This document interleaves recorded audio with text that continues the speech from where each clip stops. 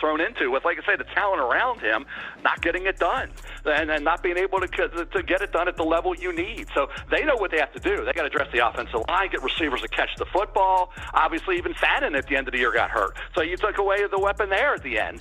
So to me, I understand what people say, what they do in this league, and I said this all year. Hate every quarterback comes out. And 8 times out of 10, you'll be proven right. Mel Kiper just dropped a bomb on ESPN Cleveland that's making draft analysts everywhere rethink their boards. He's saying Shedeur Sanders isn't just a decent prospect, he's calling him QB1 in the 2026 draft class. And he's not backing down from that take despite all the criticism Sanders faced during his rookie season with the Browns. But here's what makes this fascinating. Kiper isn't evaluating Sanders in a vacuum. He's comparing him directly to every quarterback prospect coming out next year. Tyler Simpson, Carson Beck, Drew Allar, Jalen Milroe, and he's saying Sanders is better than all of them. That's a bold statement when you consider Sanders went 3-4 in his first 7 starts and threw 3 interceptions in 1 game. So what is Kiper seeing that the doubters are missing? Because if you watch those games, you saw a quarterback getting demolished behind a terrible offensive line, throwing to receivers who couldn't catch, and playing in some of the worst weather conditions in the league. The question becomes, was that performance actually impressive given the circumstances? Or are we making excuses for a 5th-round pick who's in over his head? Getting hurt, the center is going down in games, playing in awful weather, rain, snow, cold, wind, you name it, and gutting it out there and getting the job done and showing. A couple things he showed. Yeah, he made some mistakes, but he also had some drops. He had a ball dropped in the end zone by Judy and ended up being intercepted. So that 3-interception game should have been a 1-2, not a 3-0. So at the end of the day, the way he competed, the arm strength, in those weather conditions, didn't have an issue there. And in terms of mobility and athleticism, he showed that. People said he couldn't do that. He held up physically, taking hits, some incredible shots he took. So, to me, I don't know what else you would want, considering what he had to go 3. Listen to how Kiper breaks this down. He watched every single snap Sanders took as a rookie. Not highlights, not condensed games. Every snap, and his evaluation isn't based on the win-loss record or the interception total. He's looking at arm strength in brutal weather conditions, mobility under pressure, and the ability to take massive hits and keep playing. That 3-interception game everyone points to, Kiper says it should have been 1 interception, maybe 2. Jerry Jeudy dropped a ball that bounced into a defender's hands. That's not on the quarterback, that's a receiver failing to do his job, and this happened repeatedly throughout the season. Sanders would make accurate throws only to watch his receivers drop catchable balls in critical moments. The offensive line situation was even worse. The Browns were starting their 4th and 5th string tackles by mid-season. The center went down. Sanders was getting hit on nearly every drop back, and somehow he stayed healthy while showing the mobility that scouts said he didn't have coming out of Colorado. When you factor in the rain, snow, cold, and wind he played through, the fact that he maintained arm strength and accuracy is actually remarkable. 4, could have very easily been 4 and 3. Like I said, when he was on the field with Cam Ward, did you see much difference there? The number 1 pick and a 5th-round pick, did you see much difference? I didn't. Obviously he's already proven to be better than Dylan Gabriel, who was a 3rd-round pick, and is he their quarterback of the future? I think he is. The doubters are and the haters are going to be out there saying he's not. Well, yeah, we'll see. We'll see how it plays. Now here's where Kiper gets really interesting. He's not just defending Sanders, he's actively comparing him to Cam Ward, the number 1 overall pick, and Kiper's saying he doesn't see much difference between them when you watch the tape. That's a massive statement because Ward went 1st overall while Sanders fell to the 5th round. The gap between those 2 draft positions represents about $30 million in guaranteed money, and the difference between being handed a franchise versus having to fight for a roster spot. Yet Kiper is arguing that the on-field performance doesn't justify that gap. He's already proven to be better than Dylan Gabriel, who went in the 3rd round. The doubters and haters can say whatever they want, but Sanders surpassed expectations by miles considering what he had to overcome. Shedeur, is as good as that is. Ty Simpson, would you rather have Ty Simpson or Shedeur Sanders? Okay, would you rather have Garrett Nussmeier, Shedeur Sanders, or Carson Beck, or Drew Allar, or any of those different guys? Taylor Green. I'd rather Shedeur Sanders, and he's already proven what he can do. And against a terrible situation that he was thrown into, with, like I say, the talent around him, not getting it done, and not being able to get it done at the level you need. So they know what they have to do. They got to address the offensive line, get receivers to catch the football. Well, obviously even Fannin at the end of the year got hurt. So you took away the weapon there at the end. So to me, I understand what people say, what they do in this league, and I said this all. But Kiper takes it even further. He's not just saying Sanders is as good as this year's top picks. He's ranking him against next year's entire quarterback class. Tyler Simpson is considered the consensus QB1 for 2026. He's got prototypical size, played in a pro-style offense at Clemson, and scouts love his decision-making. Yet Kiper says it's a dead heat between Simpson and Sanders. Would you rather have Garrett Nussmeier from LSU? Would you rather have Carson Beck from Georgia, Drew Allar from Penn State, Jalen Milroe from Alabama? Kiper's answer is no to all of them. He'd rather have Sanders, and he's basing that on what Sanders has already proven at the NFL level versus what those college quarterbacks might become. This is where the evaluation gets really interesting, because Kiper is essentially saying that NFL experience, even bad NFL experience with a terrible supporting cast, is more valuable than college production with elite talent around you. Sanders has already faced NFL pass rushers, NFL coverage schemes, and NFL game speed. He knows what he needs to improve. Meanwhile, these college quarterbacks are still projections. Hate every quarterback comes out, and 8 times out of 10, you'll be proven right. Because nothing will ever be good enough. If you hate all the quarterbacks, maybe you'll get proven wrong by Patrick Mahomes or whatever, right? But you'll say until Josh Allen wins the Super Bowl, you keep saying he's overrated. Okay, that's what you keep doing. You keep saying until they win Super Bowls, just keep saying, I told you he wasn't that good. He didn't get the job done in the playoffs. Lamar Jackson still can't get it done in the playoffs. Josh Allen hasn't taken the Bills to the Super Bowl. So I think that the strategy for any young draft analyst coming up, hate every quarterback comes out of college for the NFL, and like I say, 8 times out of 10, you can have an argument throughout your entire career that you were right.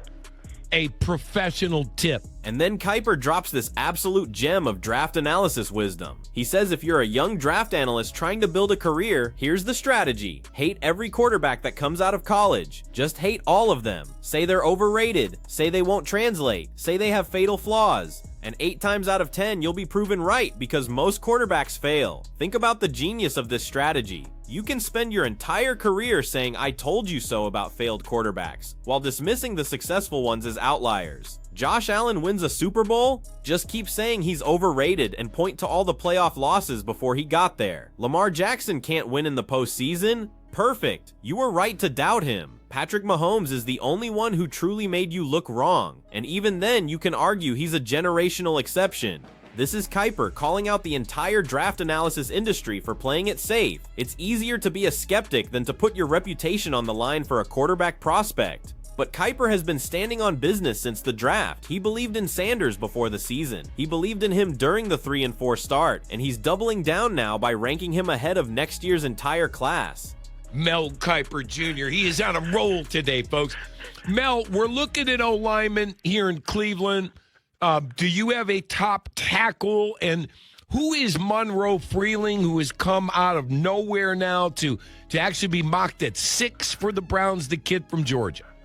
Well, he's got the one thing that the others don't. He's a true tackle. He's a true left tackle prospect because he has all the skills that you wanted. You know, I mean, think about this kid: 6'7.5", 315, tremendous athletic ability. He's still young. He's still developing. He's still got some work to do from that standpoint, but he's got 35 arms.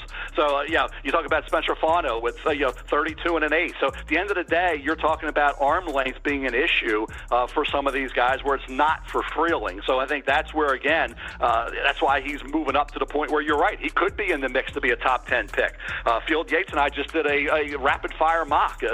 Check out where he went in that rapid-fire mock. He's going to go pretty high. I don't think there's any question about that. He could be right up there with the top offensive lineman in this draft. Maui Noah from Miami's a right. Now let's talk about what the Browns actually need to do to support Sanders, because Kiper makes it clear the talent evaluation of Sanders is separate from the roster construction around him. The Browns have massive holes to fill, and Andrew Berry has been making moves to address them. They just tendered exclusive rights to 6 players: tight end Brendan Bates, wide receiver Malachi Corley, linebacker Winston Reed, long snapper Rex Sunahara, kicker Andre Schmidt, and wide receiver Jamari Thrash. These aren't headline moves, but they're depth pieces that every roster needs.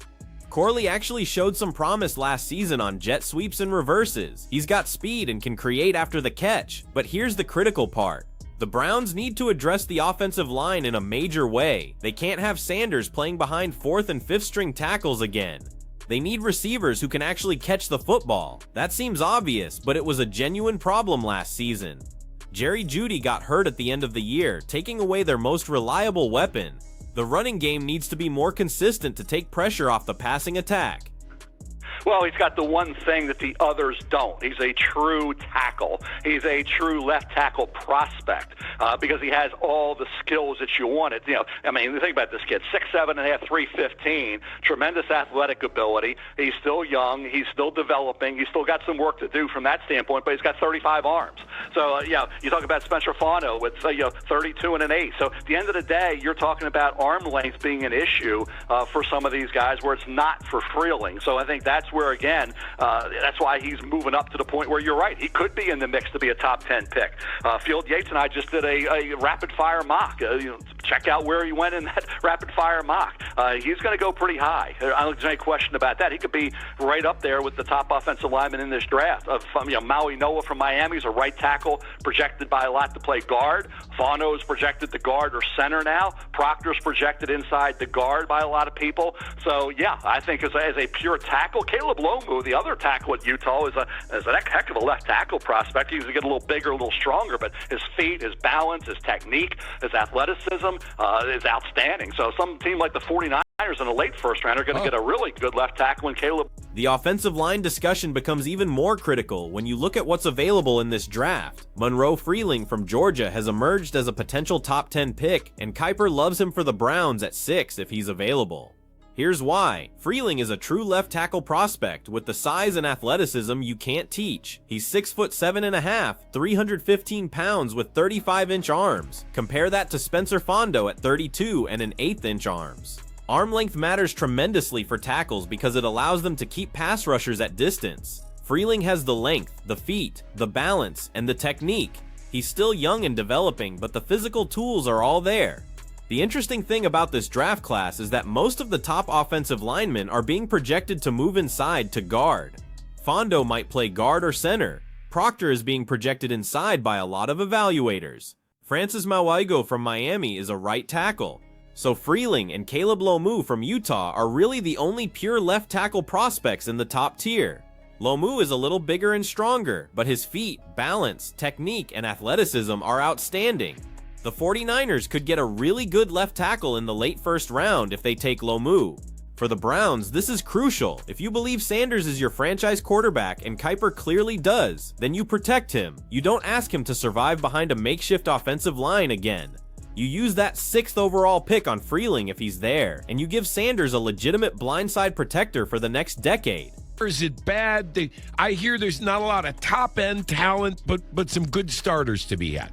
Yeah, wide receiver is the position where I think the first round's going to get hurt a little bit because teams are going to say, well, we can get one in the second, third, fourth round. So that may affect the Denzel Boston, a KC Concepcion, people like that, a little bit in the late first round. Maybe they wait on those guys and say, hey, yeah, we could take those guys, but we can wait a little bit and still get a good one. I mean, there's guys like Chris Bell got hurt at Louisville on November 22nd. He would have been a first-round pick. Hurt his knee. If you want to medically redshirt him for a year, you're going to get a first-round talent in 2027 if you want to wait a year. So it'll be interesting to see in the second round if he comes off the board. Antonio Williams from Clemson had a high grade going into the year. Everything went wrong for Clemson, but he's kind of recovered to the point where he could be in the second round mix. I love Chris Brazel, the second out of Tennessee, ran 4.37. Omar Cooper Jr. Indiana's moved up. So that's the position. That's the only position where you can say, boy, there is depth all the way through. The other spots, you got to be picking the right guy. I mean, there's some interior linemen that can play, and some tackles pushed inside, so that might be okay. A couple, I thought, some underrated guys at that center guard spot, but really outside of wide receiver, every other position is very similar. There's guys there. There's guys that are going to drop, but you got to pick the right one. The wide receiver situation presents a different kind of challenge. This draft class is incredibly deep at receiver, which could actually hurt the position in the first round. Teams are looking at the depth and thinking they can wait until the second, third, or fourth round and still get a quality starter. That might push guys like Tatiro McMillan, Luther Burden, and Travis Hunter down the board. Chris Bell from Louisville would have been a first-round pick before he got hurt on November 22nd. If a team wants to medically redshirt him for a year, they're getting first-round talent that will be available in 2027. That's a legitimate strategy if you've got receiver depth for 2025 and can afford to be patient. Hurdison from Louisville is in a similar situation. The second round is loaded. Antonio Williams from Clemson had a high grade before everything went wrong for that offense this season, but he's recovered enough to be a second-round pick. Chris Brazzell from Tennessee is a Kiper favorite in the second round. Omar Cooper Jr. has moved up draft boards. The depth at receiver is real, which means the Browns could address other needs early and still get a quality receiver on day 2. But here's what Kiper emphasizes: whoever they draft at receiver needs to catch the football. That sounds stupidly obvious, but it was a legitimate problem last season. Sanders and the quarterbacks were plagued by a receiving core that didn't catch the ball. You can't evaluate quarterback play accurately when receivers are dropping catchable passes in crucial situations. The Browns need reliable hands, not just athletic ability. So let's put all of this together, because what Kiper is really arguing goes way beyond just defending Shedeur Sanders. He's making a broader point about how we evaluate quarterbacks, how we construct rosters, and how we think about player development in the NFL. First, the evaluation piece. Kiper watched every snap Sanders took as a rookie and came away impressed. Despite the 3-4 record, he saw a quarterback maintaining arm strength in brutal weather conditions: rain, snow, cold, wind. He saw mobility and athleticism that scouts said Sanders didn't have. He saw a player take massive hits and keep playing, showing toughness that you can't measure at the combine. And most importantly, he saw a quarterback making accurate throws that his receivers couldn't catch and operating behind an offensive line that couldn't protect him.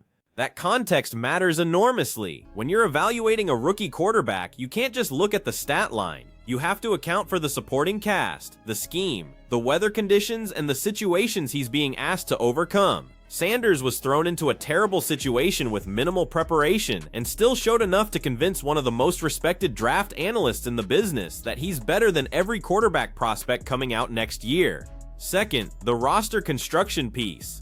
The Browns have holes everywhere, and Andrew Berry knows it. They've made moves to address the offensive line, bringing in competition and depth. They've retained some young receivers who showed flashes. They're positioning themselves to use that 6th overall pick on a franchise left tackle if Monroe Freeling is available. These aren't sexy moves that generate headlines, but they're the foundational work that actually wins games. The offensive line is the priority, and it should be. You can't develop a quarterback if he's getting hit on every drop back. You can't establish a running game if your tackles are getting beaten off the edge. You can't execute play action if the defense doesn't respect your ability to run the ball. Everything starts up front, and the Browns were playing with backups and practice squad guys for most of last season. That has to change. Third, the receiver situation. This draft class is deep enough that the Browns can afford to wait and still get quality, but they need to prioritize hands and reliability over pure athletic ability. Sanders needs receivers who catch the ball when it's thrown accurately. That seems basic, but it was a genuine problem last season.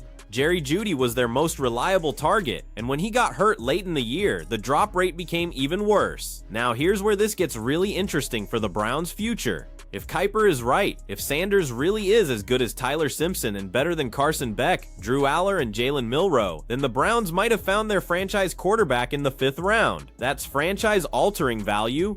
That's the kind of draft hit that changes the trajectory of an organization.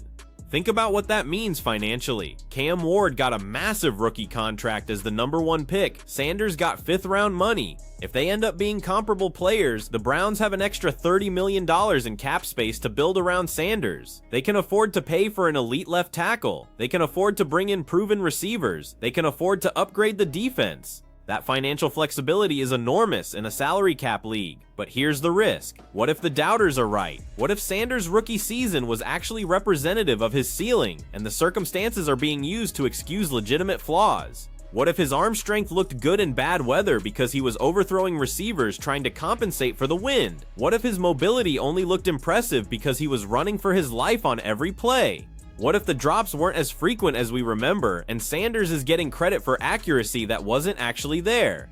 These are legitimate questions, and Kiper would tell you that's exactly the kind of skepticism that keeps draft analysts employed. It's safer to doubt. It's easier to point to the 3-4 record and the 3 interception game and say this guy isn't the answer. You'll be right more often than you're wrong if you just hate every quarterback prospect. But Kiper isn't playing it safe here. He's putting his reputation on the line by ranking Sanders ahead of next year's entire quarterback class. He's saying that what Sanders showed as a rookie, despite the terrible circumstances, was more impressive than anything Tyler Simpson did at Clemson or Carson Beck did at Georgia. That's a bold take, and it's going to look either brilliant or foolish depending on how Sanders develops over the next 2 seasons. The Browns are betting on Kiper being right. They're building the roster around Sanders. They're investing draft capital in protecting him and giving him weapons. They're treating him like a franchise quarterback, even though he was a 5th-round pick who went 3-4 as a rookie. That's a significant organizational commitment, and it's based on the belief that the talent is there and the circumstances were the problem.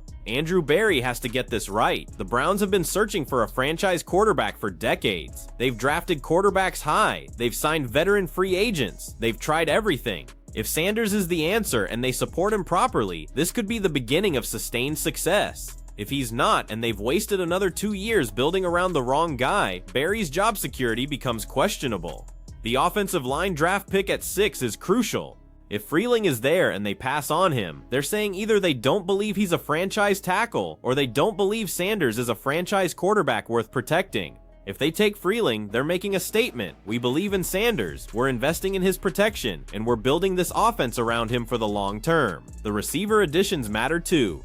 Whether they draft someone in the 2nd round or sign a veteran free agent, they need reliable targets. Sanders can't succeed if his receivers keep dropping catchable balls. The evaluation of his accuracy and decision-making is impossible if the receivers aren't doing their job.